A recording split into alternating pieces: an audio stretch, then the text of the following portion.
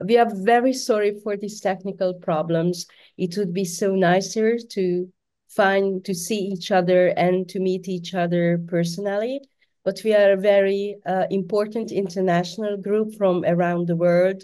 So it is more easy for us to meet in this online space. I'm grateful for Carolina and Mina for organizing this important professional event about built environment education. And of course, I thank you for the three lecturers today to share their most important expertise in the field of professional training for architects and urban planners in the field of built environment education. So I think because we have guests here who are not all familiar with our group, which is UIA Architecture and Children Work Program, I will kindly ask you then, Mina, to introduce shortly our group and our program so as that we can move forward to listen our speakers today. So Mina, could you shortly introduce us, please? Yes, very, very shortly. And as you know, I would like to show some pictures. So, I don't know if they are on. Yes. This is our group, last group meeting in Tunis. So we are not so many in live meetings, but we are a lot on online meetings. And we are a group of mostly architects registered in the International Union of Architects. And I hope many of you know what is International Union of Architects, a federation of national professional organizations working to unify architects and influence public policies and advance architecture in the service and needs of society. And inside this big organization, there is our work program that has a long history. And here you can read our mission. I won't read it because we don't have time, but I would invite you to look on our website and our Facebook and all our materials. And just one thing about our group is that we deal with built environment education. And built environment education is something that architects should do all the time, not only with kids and other and young people, but also with adults. We make built environment education, a short name is BEE. If you see BEE means this. And if you want to start a project of built environment education with kids, teenagers, and even young people, you can use our guidelines that you can find on our website. It's our very comprehensive guidelines how to start your program. If you have a very good program and you are very proud of it and you want to share it with others, we would like to see it in our Golden Cubes Awards and to celebrate it. Every 3 years, we gather projects from all around the world. So maybe next time your project will be in this fantastic collection. And if you want to advocate your project to institutional stakeholders, mostly for funding and support, please use our Charter for Built Environment Education for Children and Young People. It's a very good tool to explain why we are doing this, what it is, and what are the results that we expect to happen in the society. Of course, we would like to see you more of you in our seminars and webinars to build our community of practice. And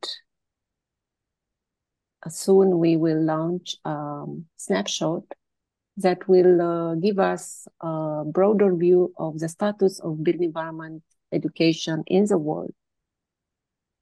So if you join to our Facebook or our website and give us just a message, we would be very happy to talk with you and share the projects and put you in our mailing list. So I will stop here, Christina, and this is just the link to our big website. And I would like you to take over to open our first webinar, and hopefully the last one with technical problems. Thank you very much, Mina. It was then Mina Sava, architect from Romania, one of the co-directors of our group. The other co-director is Carolina Pizarro, who is from Costa Rica. She's also very happy to be with you today. So this webinar is more for B experts, professionals who has already an expertise in the field.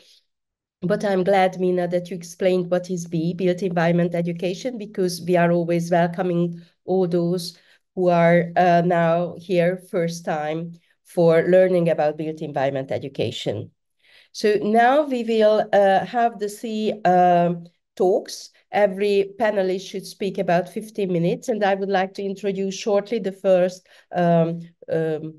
expert, Mennat-Allah Husseiny, who is a professor, an associate professor of architecture at the Cairo University.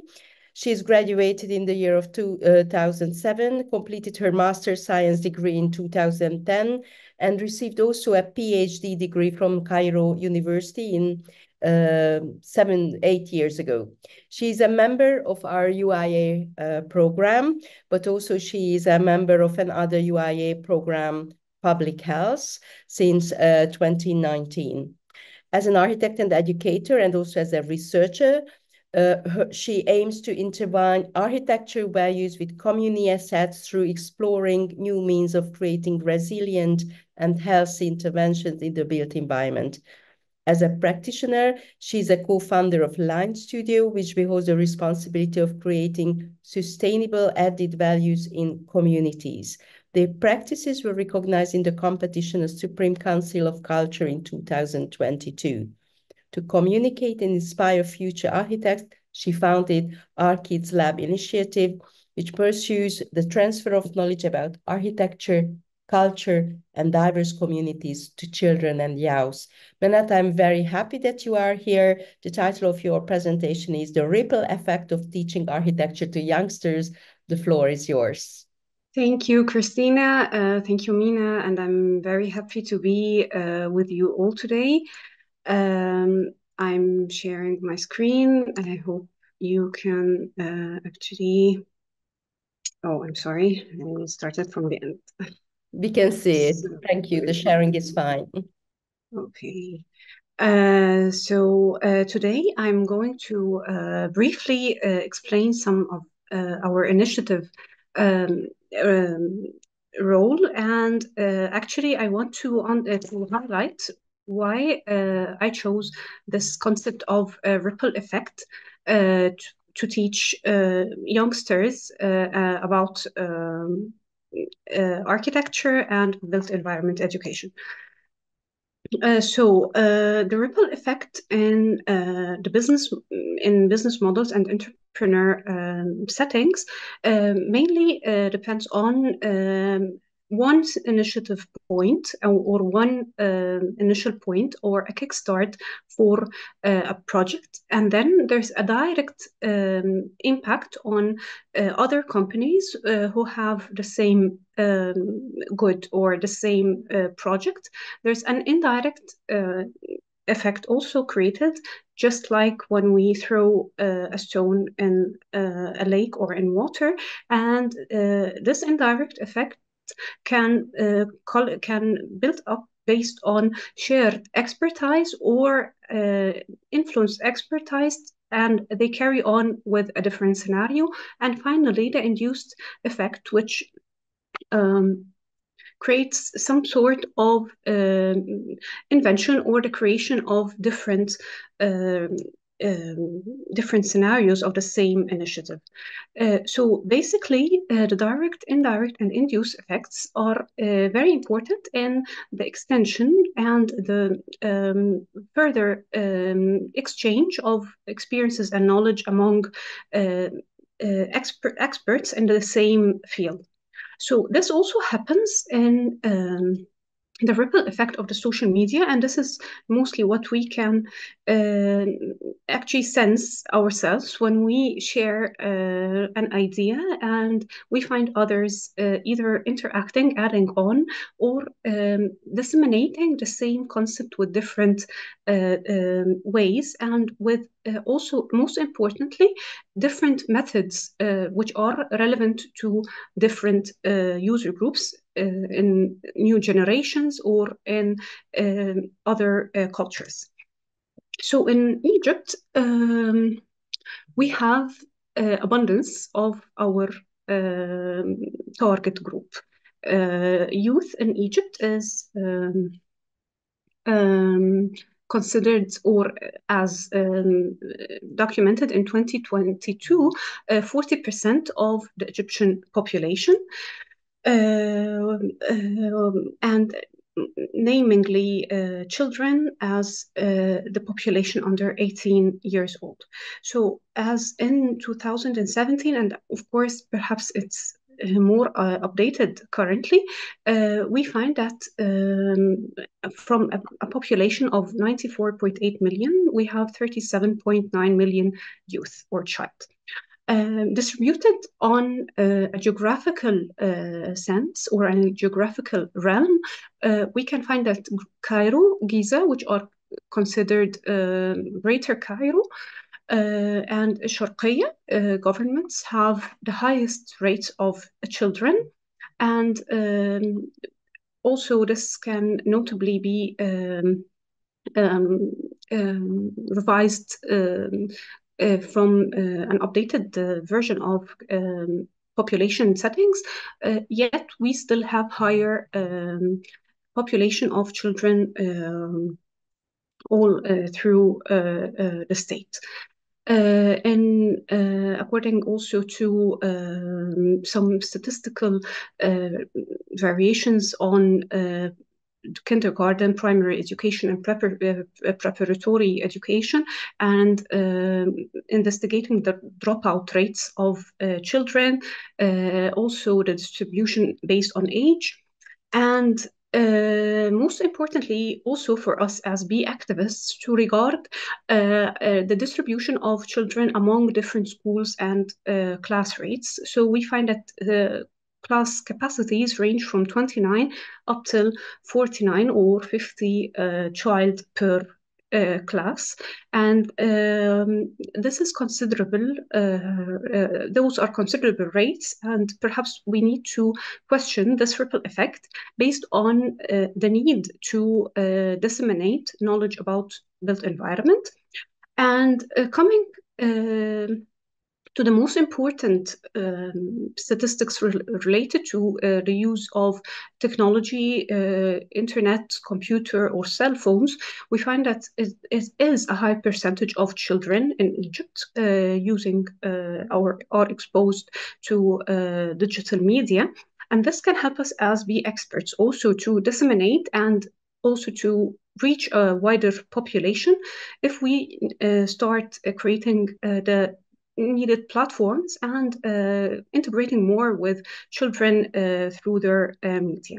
So even whether it's a rural or an urban setting, we find that from 60% to 14% of children are subjected to electronic and internet use.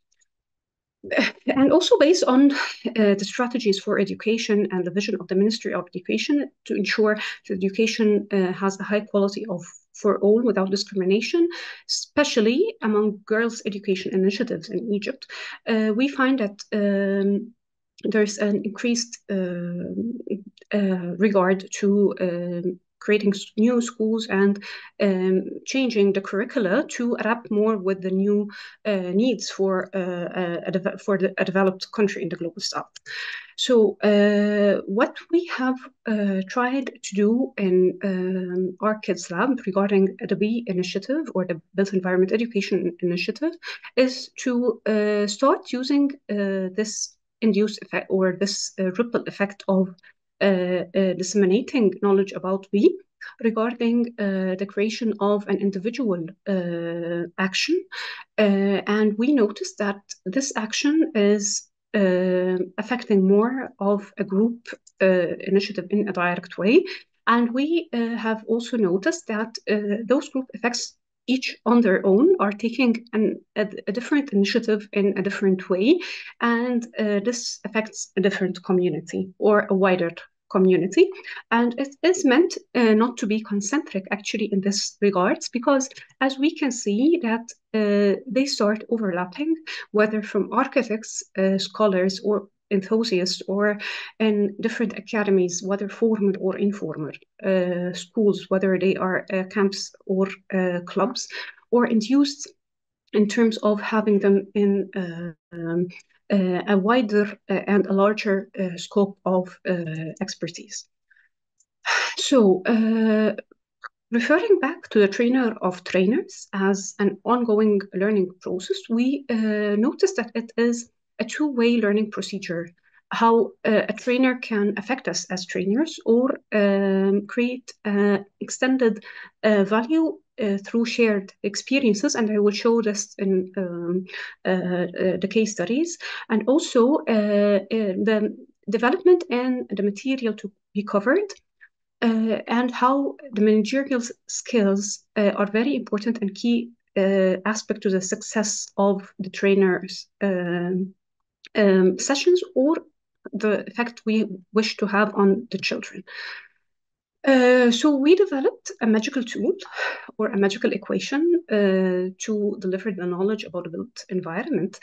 First, as architects, to specify exactly what we want to teach in a specific workshop, or a school, or a camp, and then how to turn this know-how from an architecture perspective into a play intuition, and how to balance between the fun and the discipline. And I'm sure anyone who has worked with children knows that we sometimes face the challenge of trying to have the children more disciplined, or understand what we are trying to say, and sometimes it really gets out of control.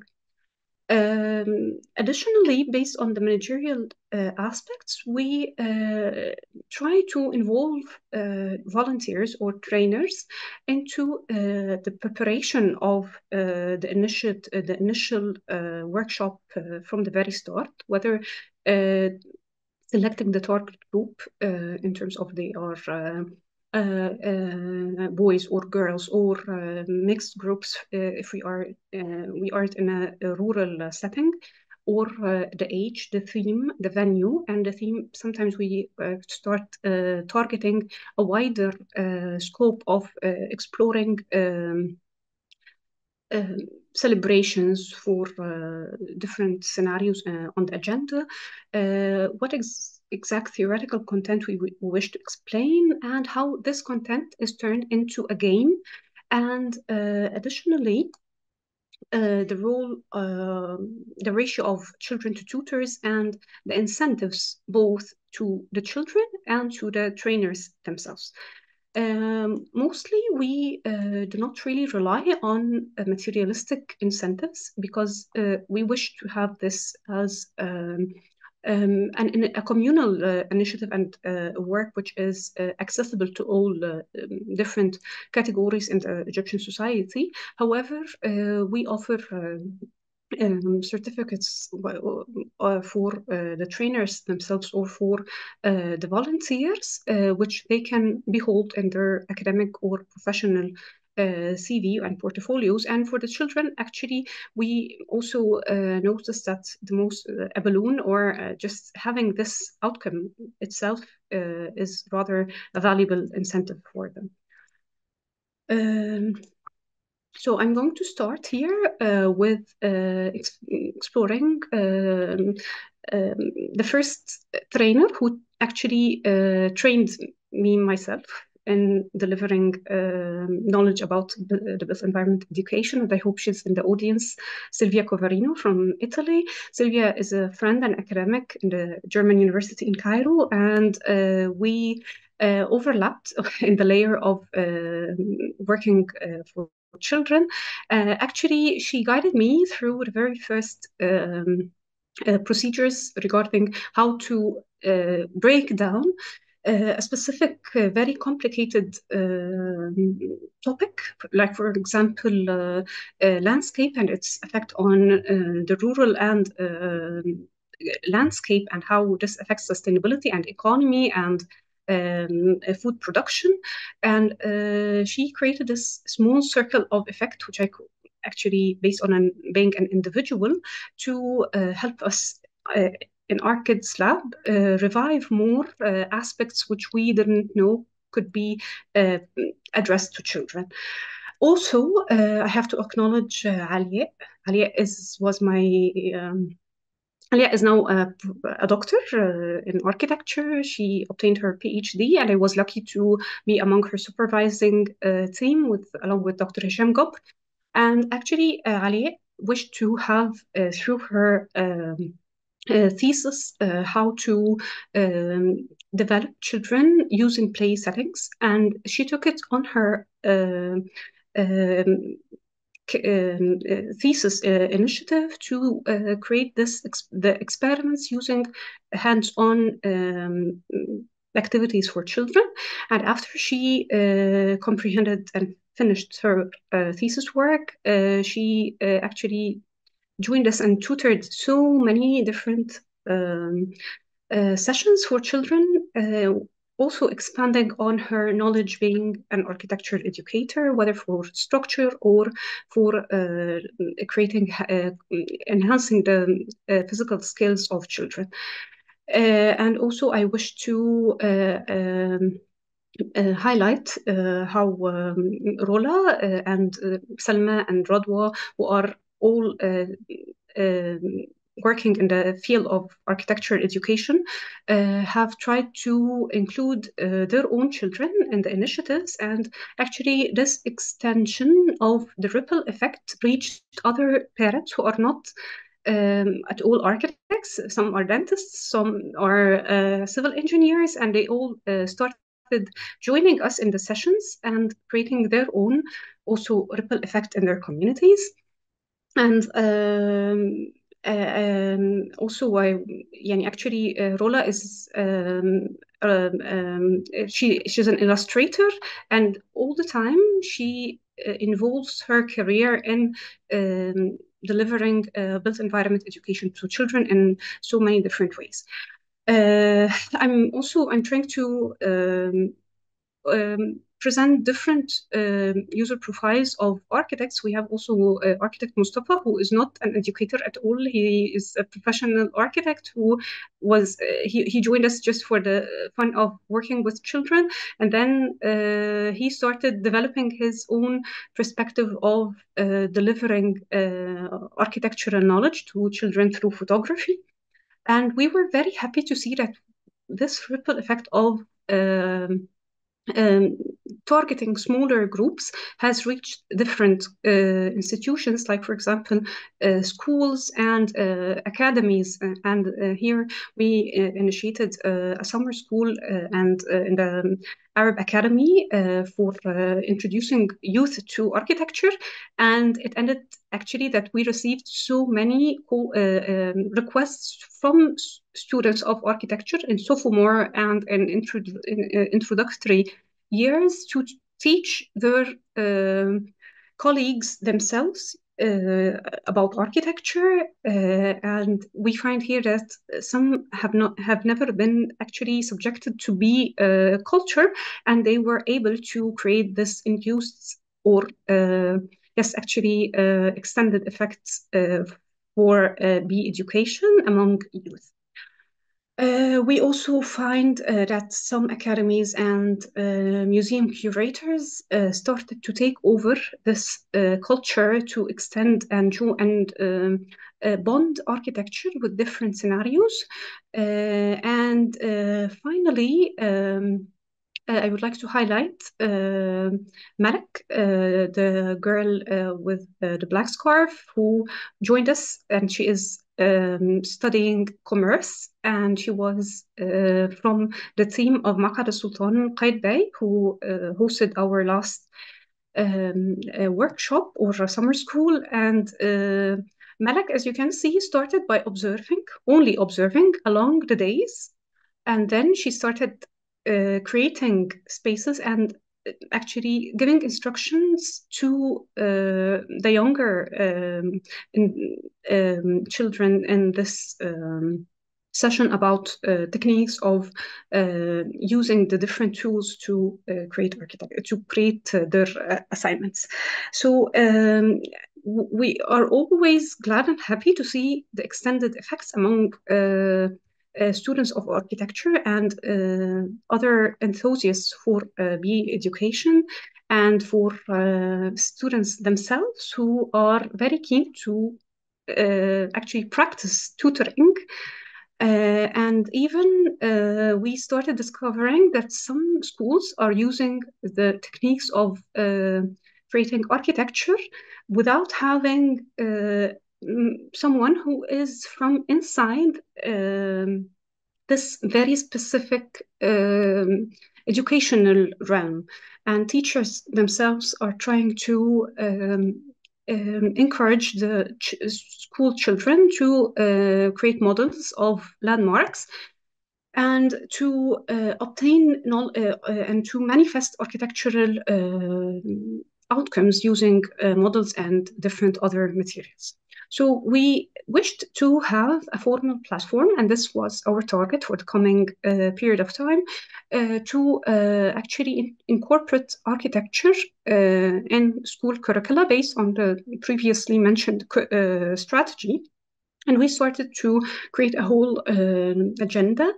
Hopefully, we are trying and finding ways, and I'm sorry for the Arabic language here, but it was very difficult to translate in the current time. But we were trying to actually target specific subjects and what exactly to offer in terms of architecture in this content, and how this can be broken down in terms of theory, and finally to provide solutions and ready-made assignments for different groups of teachers, believing that actually architecture in children has a very important role in having a better future, as Mina said in her very first presentation. And we actually believe, and it was also experimented, that different user groups and different persons from various categories or various learning experiences and professional intake can help us in spreading out this for the community. And finally, if I may have just one more. We are running out of time, Mena, but okay, just one call for a World Urban Forum for Children. I'm just going to announce it and send the QR code on the WhatsApp group, if I may. We have a World Urban Forum for Children on the 26th of October, and we have an online session for everyone. And if anyone is interested, please contact me, and I'm going to arrange it for you. Thank you so much, and I'm leaving the floor. Thank you very much. I hope that this event will contribute also to this ripple effect. And there are some in the group who are now listening and thinking how to spread this important information. Thank you. We will move on, and we will have the QA section at the end. And now we will listen to Rodrigo Loeb, who is an architect and an urban planner from Sao Paulo. So he's the Brazilian member of our work program. Rodrigo holds a PhD in architecture and urbanism issued by the Mackenzie Presbyterian University. He also has participated at the Early Childhood Executive Leadership Course at the Center of Developing Child and at the David Rockefeller Center for Latin American Studies at the Harvard University. He's very much interested in environmental and social issues, and he's also, if I understand well, a Greenpeace activist. Am I right? He holds numerous prizes for his architecture activity. Among others, he was awarded the Oscar Niemeyer Prize for Latin American Architecture and Sustainability Award promoted by Saint-Gobain for the design of the Built Environment Sustainability Innovation Park being built in Brasilia University. So you have a wide range of very important activity, and you will speak today about childhood's perspective in architecture education. The floor is yours. Okay. And well, we need to keep up time, so I don't want to be polite, but after 15 minutes, I will let you know, okay? Please let me know. Thank you so much, Christina. And thank you, Mena, for the beautiful presentation. And it's really important work in a country that you showed us has the majority of people with children and young people. So it's very, very important, the work you're doing. Thank you for the presentation. So I will now share the screen here and try to be on time. We see your presentation. Okay. So the idea of my presentation is with the title, Childhood Perspective in Architecture Education Towards Other Multiple Paradigms of Biosphere Regeneration. We are living in extreme times with great social environmental challenges in the contemporary world. Our biosphere faces a situation of imminent collapse of life support system, extreme inequality and concentration of financial wealth obtained through exploitative and degrading processes of nature and people. The magnitude of the transformations configures the sixth great extinction with intense and progressive loss of biodiversity, climate change, and extreme weather events of increasing amplitude. This crisis is a condition resulting from the implementation of a dominant paradigm and is part of a broad complex that involves economic models, social structures, geopolitical relations, the functioning of institutions, and the so-called civilizing process. In addition to all this, wars. Children are the group that suffers the most from the impacts of these processes.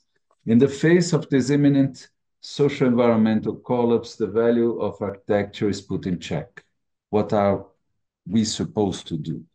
This scenario is a consequence of the idea that it is possible to sustain a production exploration of infinite growth in this finite world, but not recognizing the rights of nature, and by adopting as a principle even today the theoretical and conceptual separation between nature and culture as proposed and consolidated by the scientific revolution from the 16th century onwards. In the context of a world that is collapsing, children have the possibility of experience effective knowledge of generational transmission, those in tune with the ethics of care, reduced. Identified as a force of nature, childhood is thrown into the imaginary place of the wild and menacing as opposed to the civilized, which would operate with a certain force in order. Within this binary logic, therefore, childhood has no place in the contemporary world governed by the dominant paradigm. It is necessary to repoliticize the discussion around the formulation of responses to contemporary social environmental challenges in the field of architecture, contemplating the integrality of being nature. The debate must include a multicultural and multidimensional set of concepts, good practices, and worldviews that emerge from different parts of the planet, capable of challenging the developmentalist model and its ontology of universalism. The goal must be the coexistence of multiple and interconnected models of life. This perspective constitutes a pluriverse, a world that accommodates many worlds in one. The pluriverse discourse considers that the separation between humanity and nature is non-existent. A pluriversal world includes the search to make peace with the earth and unite ancestral and contemporary knowledge in an horizontal and respectful dialogue. So I will start showing a few initiatives in Brazil, in São Paulo specifically.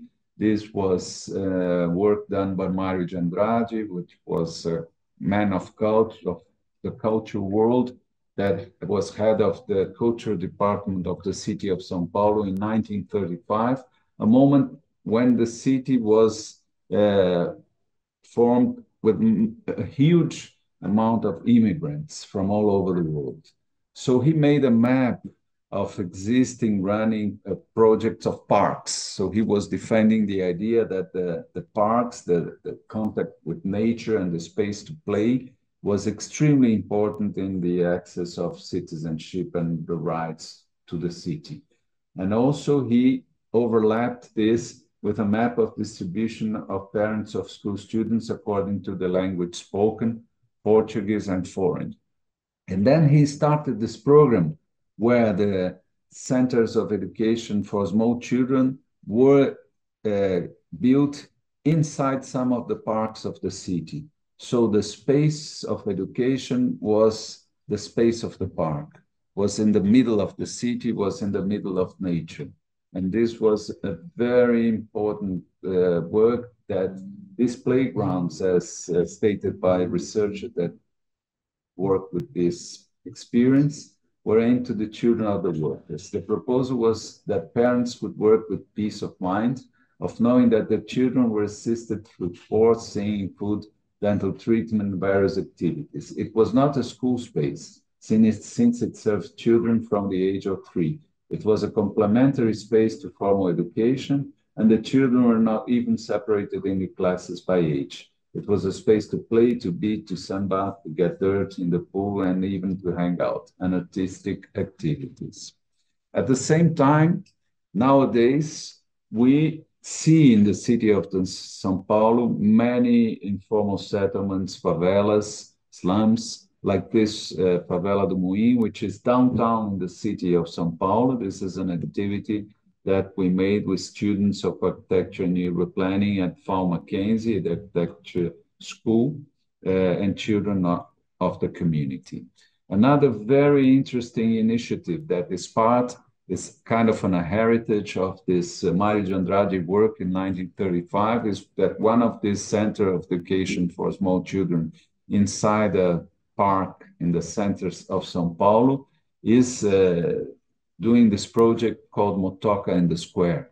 So the children go downtown with these small bikes running around, like taking knowledge and acquiring the experience of the city since the very young age.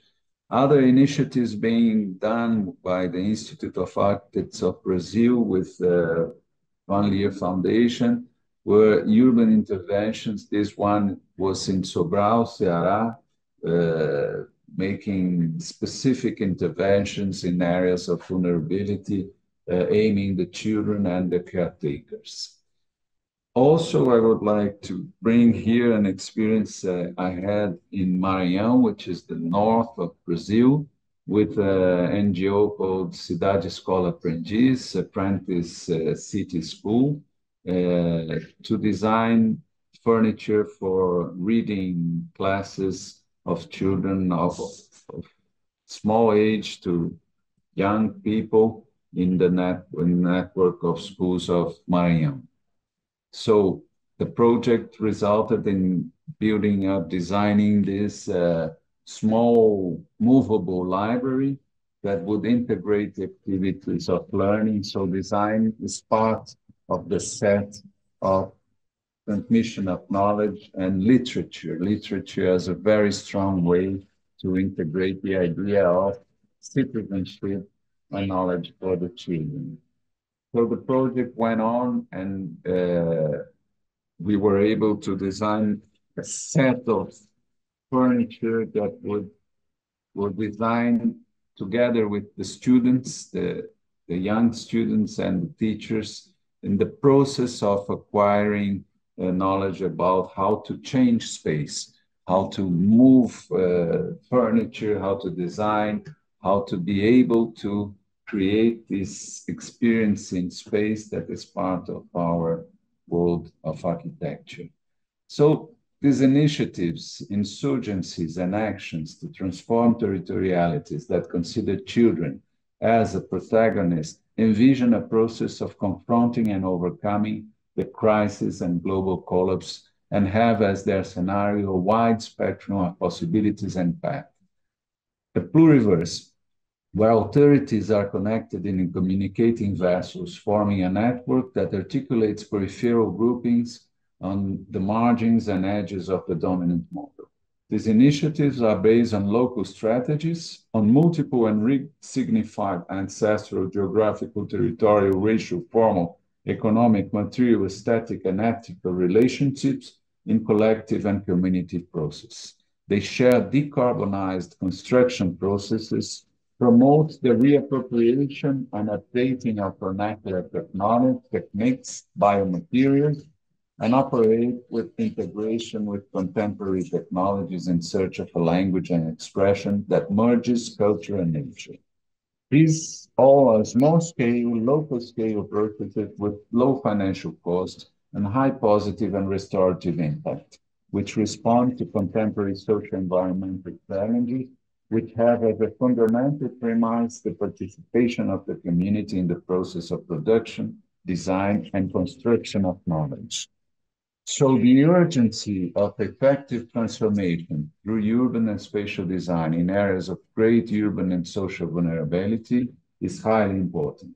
This can be translated into the need to include in both the training and qualification of architects and urban professionals, multi and transdisciplinary skills and abilities to work in vulnerable territories, as well as in-depth cultural knowledge. This should include matters such as gender and early childhood combined with technical and theoretical training in the specific field of the profession. Architectures and urban environment perspective that contemplate children in different territorialities can be protagonists of this transition. To this end, teaching is a strategic and structural, including all cycles of education policy. However, this ethics of care will only be restored after a rupture with the dominant model of teaching and colonial narratives. The complexity of combating inequality and transforming the precarious conditions to which billions of people are subjected to requires a multi- and transdisciplinary vision with the experience of contact and learning with the territories of residents, architects, and urban planners, by incorporating strategies of listening, participation, learning, living, and knowledge transfer can contribute significantly to this process of transformation towards prosperity. And all of this must be acknowledged by society as a legitimate way to earn our living. So I finish the things I brought, hopefully in time. Thank you. Thank you very much for your very interesting presentation. And I can see that down in the QIA cube, there are already participants who are putting questions. And I'm encouraging all the participants to go down and see the question mark and reflect on what Rodrigo said now and put out the questions so as we can, at the end, discuss everything in detail. Thank you very much. It was a most important and interesting idea, and it's extremely important that here we are not only speaking about BE, built environment education, as an architecture training, but how much we are interlinked with social, environmental, and local issues. So I think this will be something we will have to discuss after the third talk. And I am inviting Roberta Ghelli. Bonjour. Who is an architect with a PhD. She's director of Maison de l'Architecture de l'Isère, teacher and researcher at the Grenoble School of Architecture. Since 2012, she has collaborated with several cultural organizations in Italy, Spain, England, and France, and has designed educational activities, programs, and tools to enhance and strengthen built environment education. Since 2020, she has led professional training sessions for architects, urban planners, and teachers also interested in transmitting architectural and urban culture to young people. At the Grenoble School of Architecture, she's in charge of teaching module on built environment education, and she's conducting research also for the scientific development of this specific topic. Her doctoral thesis was the first research work in France on built environment education and was published in the book Éduquer les enfants de l'architecture. In 2023, her work has been recognized by the French Ministry of Culture with AGIP Award. Congratulations. And the title of her presentation is Transmettre l'architecture, training architects and urban planners to build environment education. We are listening to you. Thank you very much, Cristina. Thank you, Mina. Thank you, Carolina. Thank you, Mennat. Thank you, Rodrigo, for your presentations. So I will start my presentation. It's really an honor for me to be here. And thank you. We can see it and put it on full screens if you. Yeah. Thank you.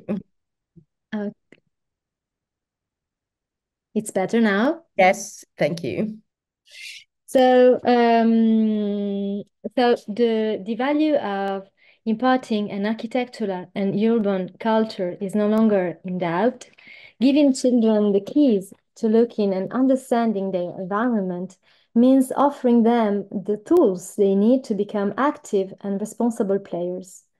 Training programs for professionals are therefore needed to reinforce the transmission of architectural and urban culture and to provide guidelines for developing further activities and pedagogical tools.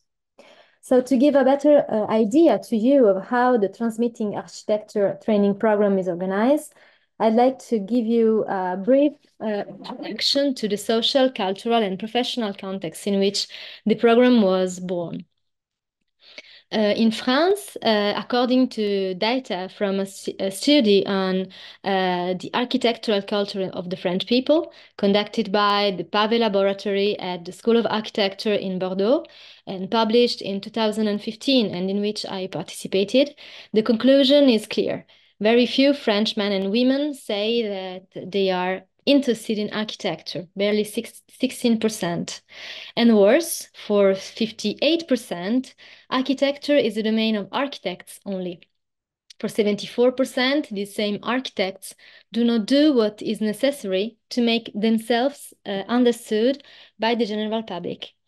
This study merely adds weight to earlier data from the 70s, which already highlighted the lack of popular appetite for this discipline and even antipathy towards our profession. This is why since at least 1918, so the 80s, the widest public possible has been invited to rediscover its environment by the Ministries of Culture and National Education in France, or the National Council of the Order of Architects. An example of the events created in the past few years are the Journée Nationale de l'Architecture, so the National Days of Architecture that we celebrate every year in October with many of events and initiatives. And this year, this event is starting today, so it's a great honor for me to celebrate it with this webinar.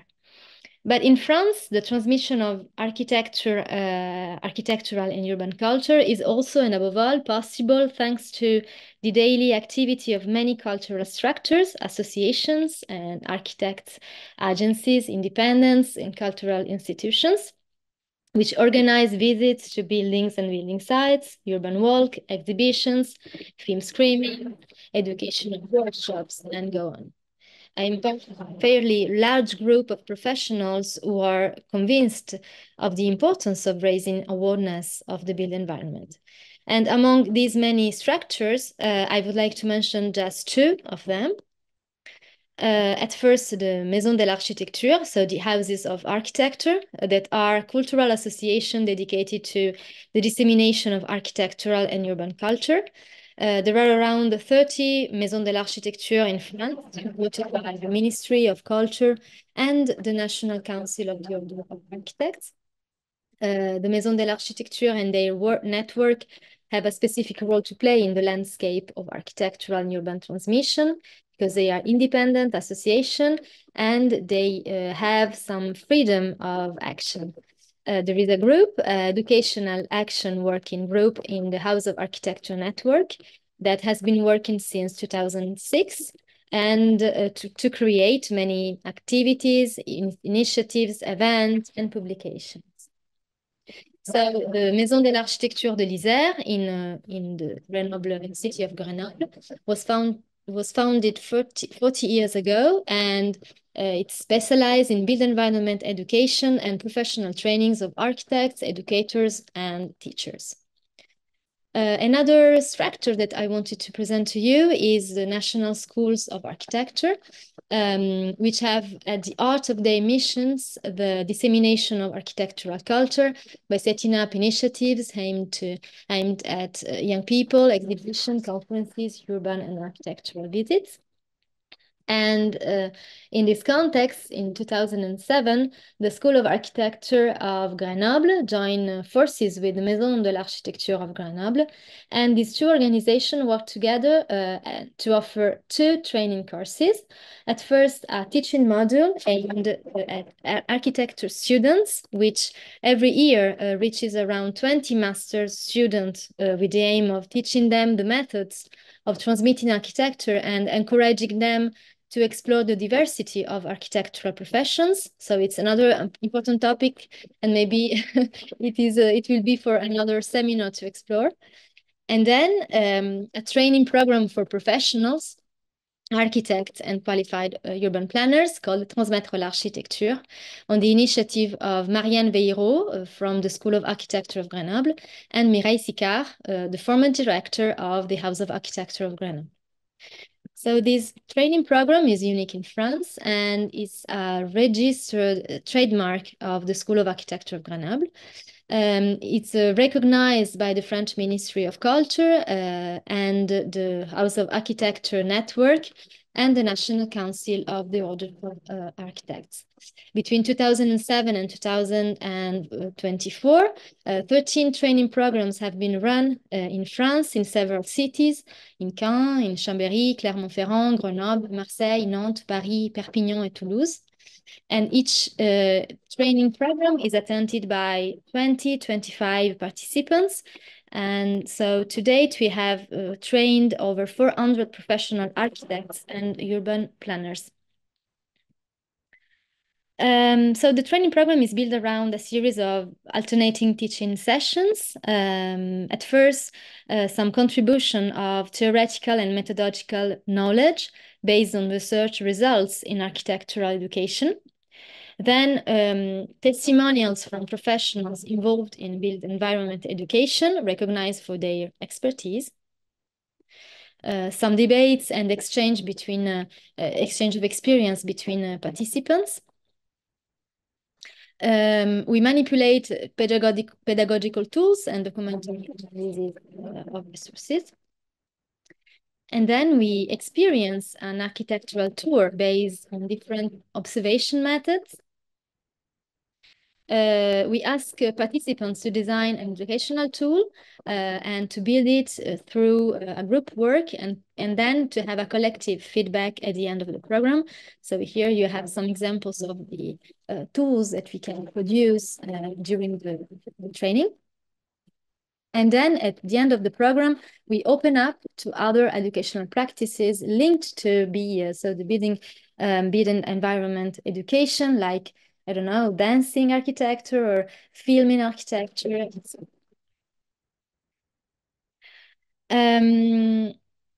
So we do not transmit a method, but some guidelines for transmitting architecture, which can be reappropriated by everyone and adapted to many contexts of action. The training programs focuses on several aspects, so like references, experimentation, manipulation, and creation of a tool. And then encounters, so meeting new people and building a network of professionals that are interested and passionate by this kind of education. The themes addressed are the challenges and objectives of transmission to children, the concepts, the methods of action and pedagogical tools for transmission, the dynamic between architect, teacher, and children when we do build environment education in classrooms, then the analysis of experiences and resources. And then we also talk about how to set up an educational activity. So what kind of stakeholders we can call, or a network we can build. So how can we apply for funding? How can we build a schedule of the action and of the activities? The public of these training programs. So Transmettre l'Architecture is aimed at professionals with a degree in architecture or urban planning from France and neighboring France-speaking countries who are interested in developing teaching activities for children, learning more about approaches and methods for raising awareness and promoting architecture, and joining a professional network that shares and experiments with common objectives. How we set up the training program. So the Grenoble School of Architecture is responsible for the design and the coordination of the program, as well as the administrative organization and engineering. The Maison de l'Architecture of Grenoble guarantees the contact with a host, Maison de l'Architecture, located in the area chosen for the training program, with which we sign an agreement. So each year we look for a host, and the Maison host takes care of the on-site logistics and participates in the local implementation of the training program. So as a teacher of the Grenoble School of Architecture and the director of the Maison de l'Architecture de l'Isère, I'm responsible for coordinating the training program and also a little bit the logistics. And then the professionals wishing to enroll in the training program send an application, and given that each year we have more applications than places available, we made internally with Marianne Beiraud of the Grenoble School of Architecture a selection on basis of various criteria, so motivation for the training program and professional project, previous experience in mediation, and also regional and generational and professional diversity, because the aim is to create a coherent group of professionals with shared objectives and expectations. So how we can we organize the training program. So we start 2 or 3 months before the training program to prepare the logistics, to prepare the contents, and to contact the speakers and to distribute the call for applications. And then the training program begins. It takes place in 2 day sessions, approximately 1 to 2 months apart, with a total of 28 hours of training. The intersession period is used independently by the participants for the group work and also to develop the thinking, maturation, and personal reflection. Like that. The training program is also evaluated by participants by means of an anonymous questionnaire. An overall satisfaction rate can be extracted from the training program evaluation. And for the last 2 editions, the scores were between 8 and 10 on the scale of 10. So we have a high level of satisfaction. We are really happy about it. What about the fee? So we have 3 registration fees, a professional rate for working professional, a reduced rate for unemployed professional that is paid by the National Unemployment unemployment benefit agency in France, and then a solidarity rate for professionals who are not covered by this national employment benefit agency. And all the incomes from the program are used to pay the salaries of the coordinators and the training program speakers, and also to purchase resources, because we have a great library of books and tools to manipulate for each program and session. So the assessment. After 13 editions, and in view of the increase in application for the last 2 editions in 2023 and 24, I can confirm that this training program meets a real need to improve skills in the transmission of architectural and urban culture. These needs arises from different professional situations. So the desire to open up to pedagogical practices and methods to be developed in agencies as part of specific projects, in particular in connection with local participation, or more generally to improve dialogue with customers. Then some professionals express the desire to diversify their activities by devoting time to built environment education, particularly in schools. And others, professionals, express the desire to change careers and devote themselves full-time to transmitting architecture. So the results are positive and have encouraged us to design more training programs with the aim of running 2 per year from 2026. So I hope that in the future, the Transmettre l'architecture training program will be able to go beyond France borders to reach an even larger number of architects and introduce them to the subject of architecture for young people. Thank you. Thank you very much, Roberta. It was most interesting presentation. And yes, I hope the audience has a lot of questions. I do have some questions, but as you see in the QIA section, there are already 4 questions. I call the attention of the audience to come up with their own question, because we will start with the ideas of the audience. Also, I have the information that we will have a 15 minutes extra time. So I hope we will have time for discussion. So if we start, yes, we have these 4 questions. I would like to enlighten the first question, that is also a question I have, is about the measurement of the success of the teaching training program. So how do you measure your activity? And this is a question for all 3 of us. How do you say that something is successful? What are the criteria for a successful project? Maybe we can start with Roberta, but I'm also calling Mennat and Rodrigo to form their opinion. So Roberta, how do you, I can't hear you, yeah. Yeah. So we have to, for Transmettre l'architecture, we have to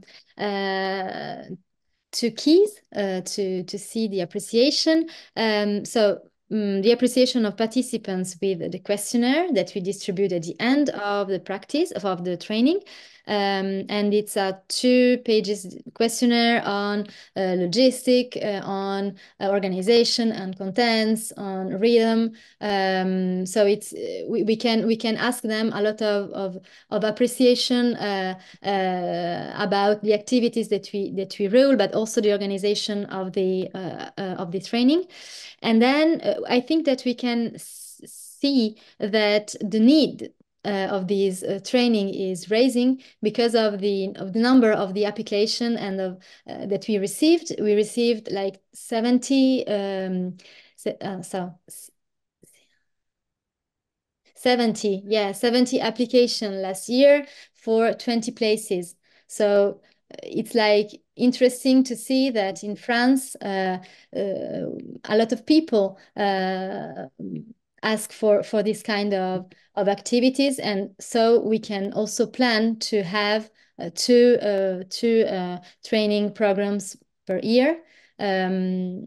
So that's our Okay, but do you have a feedback on the work the people do who are trained by you? Because at the beginning of your presentation, there were numbers about the knowledge about architecture in France from the 80s. So do you measure, for example, the information about architecture, or what are the indicators that you are interested when measuring the larger impact, the ripple, let's use the word of Mennat, the ripple effect of your work. So the work done by your students or your students.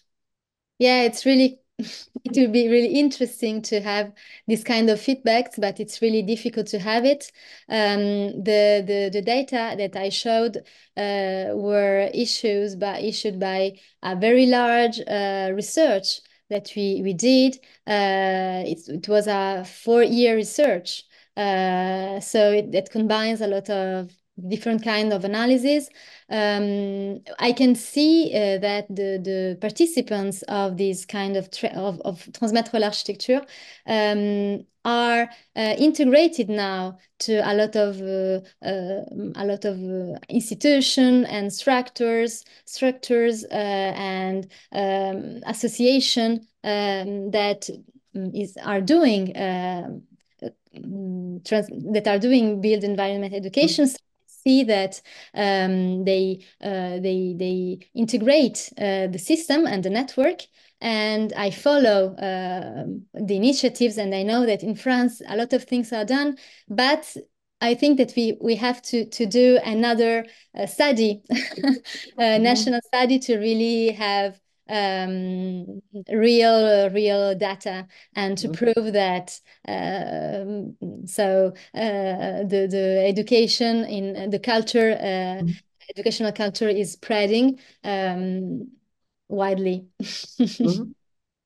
Thank you. Mennat, I'm asking you the same question, but someone, Minora Havez, also put you the same question. She said, if I may ask, do you have any preferred methods as to how you measure the impact of your work, whether in a quantitative or a qualitative fashion? So the question from the audience is even more specific. Yes, thank you so much. And I really enjoyed listening to presentations from Roberta and Rodrigo, and having the insightful also questions from the audience. Actually, there are some attempts to quantitatively document the outcomes of some work, and it's published. I can also send some of the research, mostly through the work we do for a PhD, or documenting a specific experiment. Yet it's always on the agenda to document the outcomes of every workshop or summer school, or to have this in a written format. But it's a lot of work, and actually it's we use the indication that the workshops are on demand, and we have requests from different volunteers to join in an informal way, quantitatively or qualitatively. It is running. It's running, and the feedback we receive, whether from parents or from school administrators or from children themselves, when we collect feedback by the end of the work we do together, is positive. And unfortunately, it's really about the lack of time to have everything documented step by step. I see. And yes, I also have this problem all the time, that what would you consider to be a success or a step forward to the aims you are in your head? Because you were presenting a system that has larger effect on a society with a lot of children, a very young society. So what would you consider to be a success for all the work people in Egypt do in built environment education?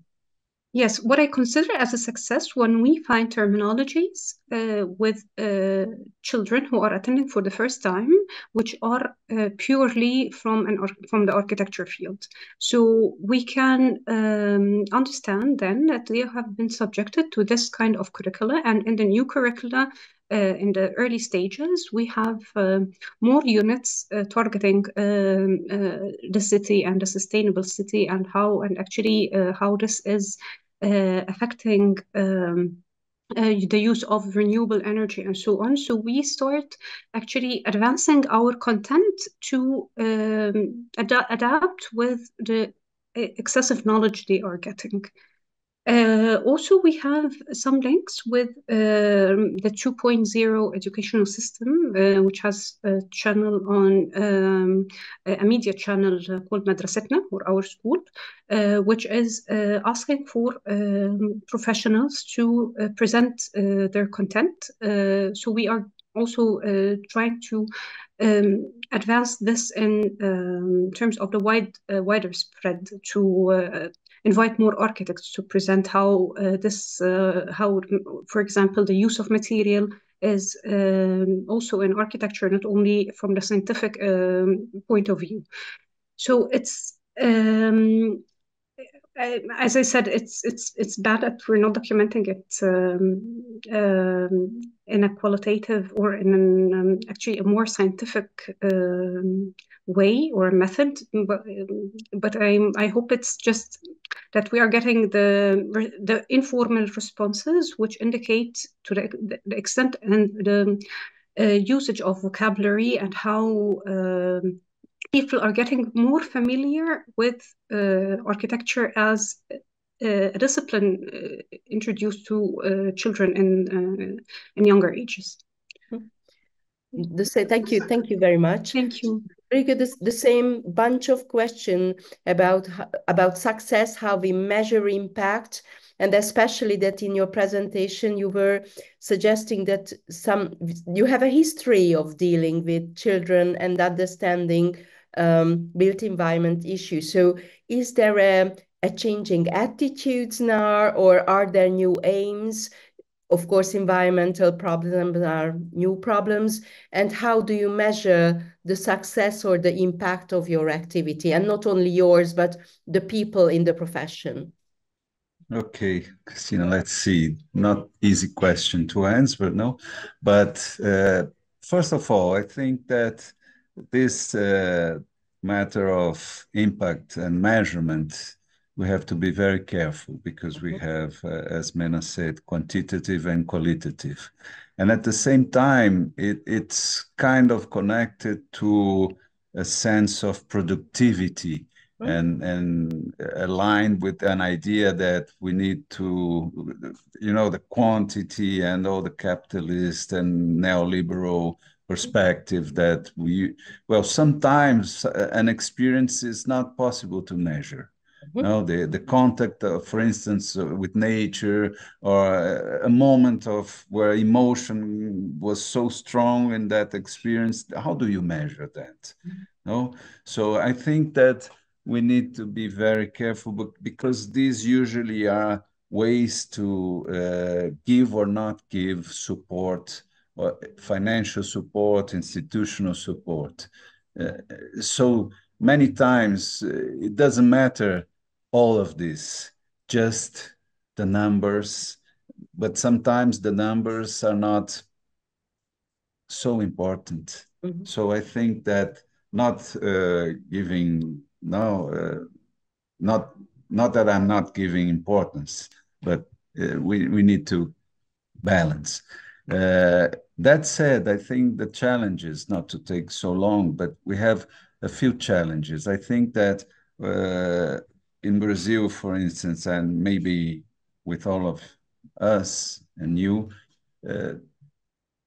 communication and integration, there are many initiatives spread, and it is very difficult to communicate, to exchange, to be together in a movement that gets stronger with this network.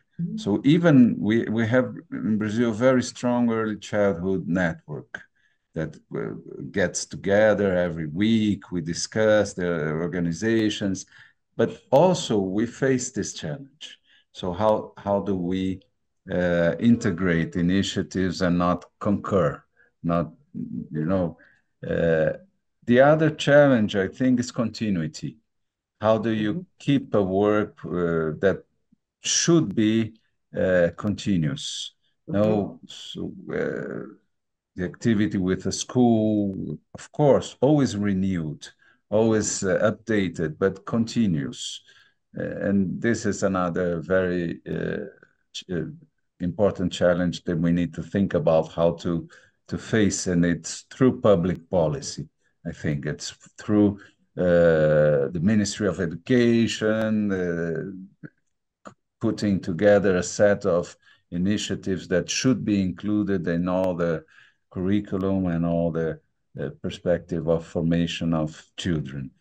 At the same time, I have seen, for instance, in the School of Architecture where I teach, this movement of integrating children to perspective architecture there's no way back.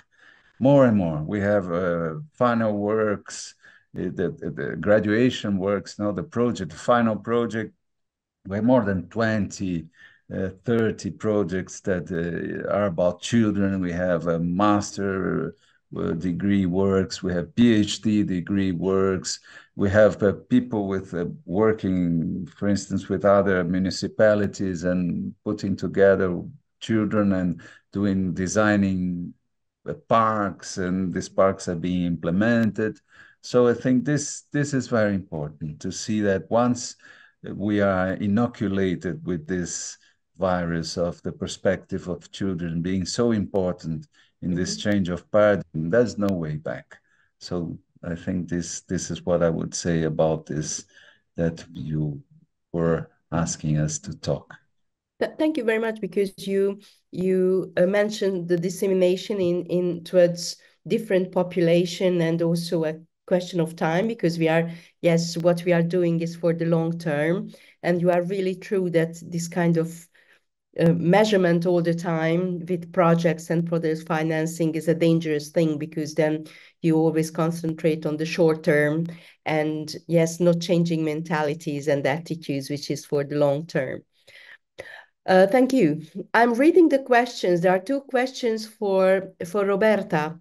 One is from another country, asking you if you intend to open the program for other nations or to have an online course. And the other one from Minora is if you see potential in collaboration between institutions like the Maison de l'Architecture, of course, but also maybe more universities as well, or architecture firms, museums, or more. Yeah, so for the first question, it's a really good idea, an online course or opening up for other nation. We will think about it. It will be really great. And maybe with our working group, we can, I don't know, organize something. We will see. And then for the collaborations, yes, there are a lot of collaborations between institutions, between museums, between universities. It depends. In France, it depends on territories, on people also. So yes, it's really interesting, because we can we don't have the same way to transmit. We don't have the same publics. We don't have the same funding. So when we go together, we are stronger. And so yes, there are. And when we can collaborate, the projects are better. Thank you. Amanda Larsson asks for everyone. Thank you for the presentations. I wonder if, and in that case, how your projects are impacting local politicians to invest in school park culture for children and youth. So the impact now goes to local politicians, decision maker. Do you have any contact with them? Is it a special activity you do, or you think it's not really your job? Who would answer? Well, I could say something. I think this is part of our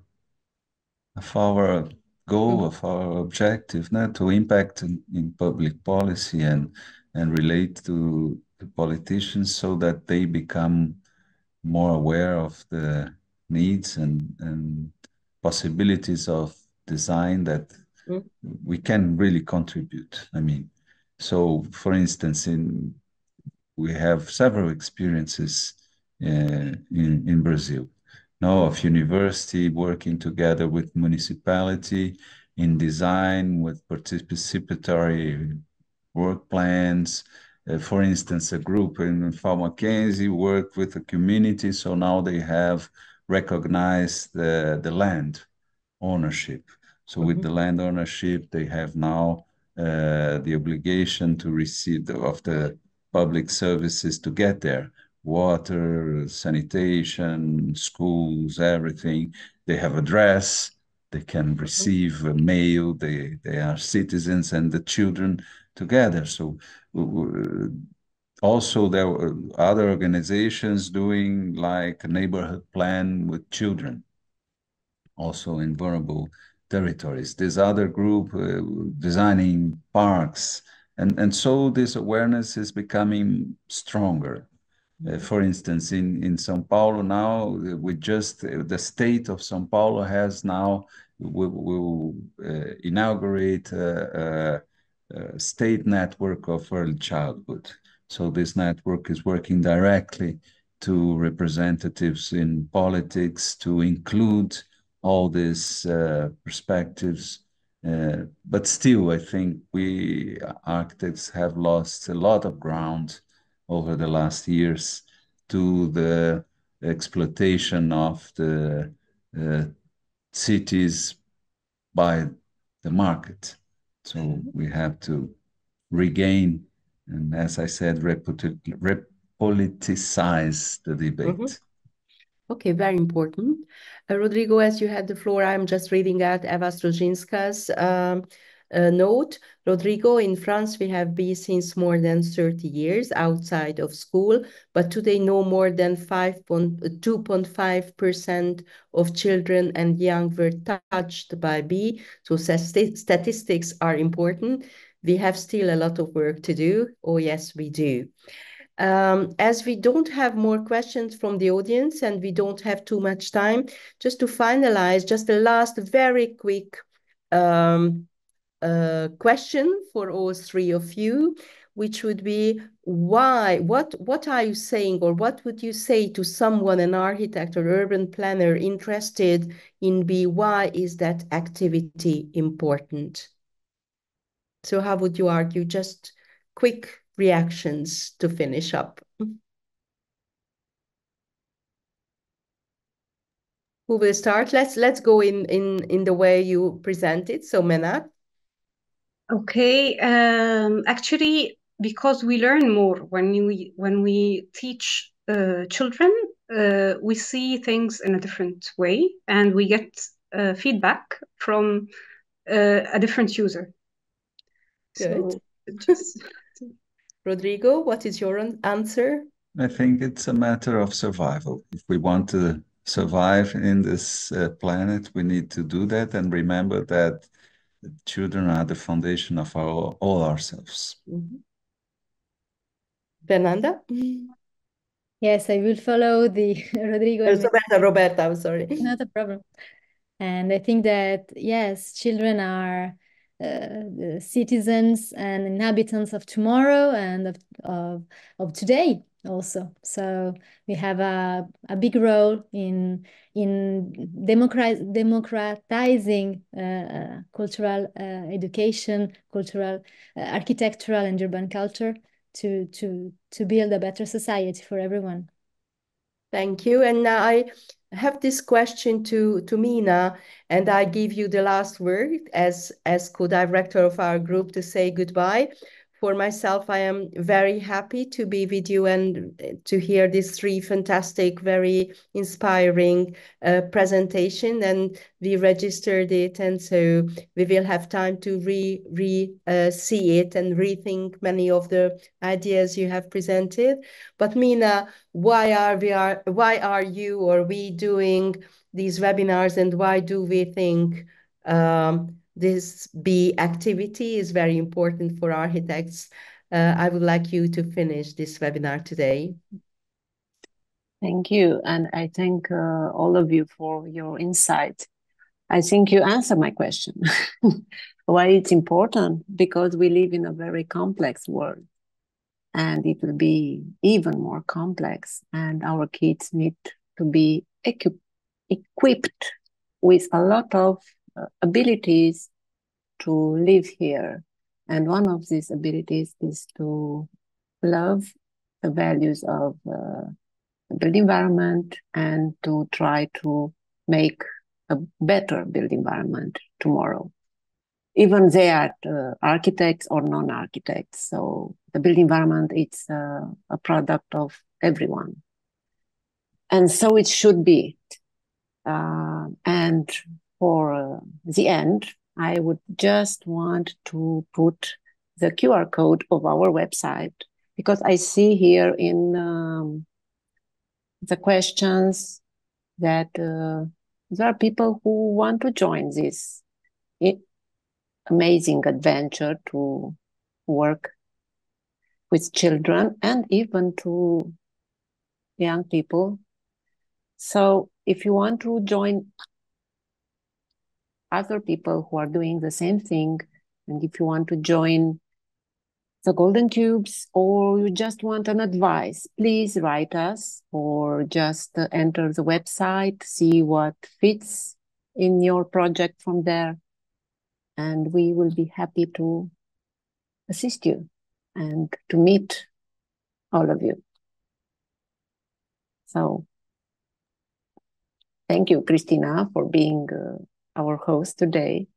And I hope we will have another webinar in 2 months' time. So with another subject, of course. But we are open to ideas, and we are open to new members in our very big network.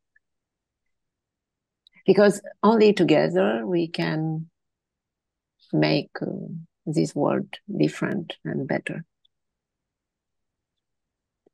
Thank you. It's a fantastic last word, and I completely agree. So I thank your attention, your questions, to be with us this morning, this afternoon. We are from all over the world. So we are in 24 time zone, and we are sharing this experience as we are sharing this world. Let's be peaceful. Let's think about the next generation. Let's be more constructive, more respectful. And yes, let's find joy, fun in the activity we are having, Build a Built Environment Education. Thank you for joining. I'm closing this webinar. Oh, just a moment. The recording of the webinar will be online on YouTube next week. So goodbye, everyone. Goodbye, Thank and you. have a wonderful weekend. Bye-bye. Thank you. Thank you.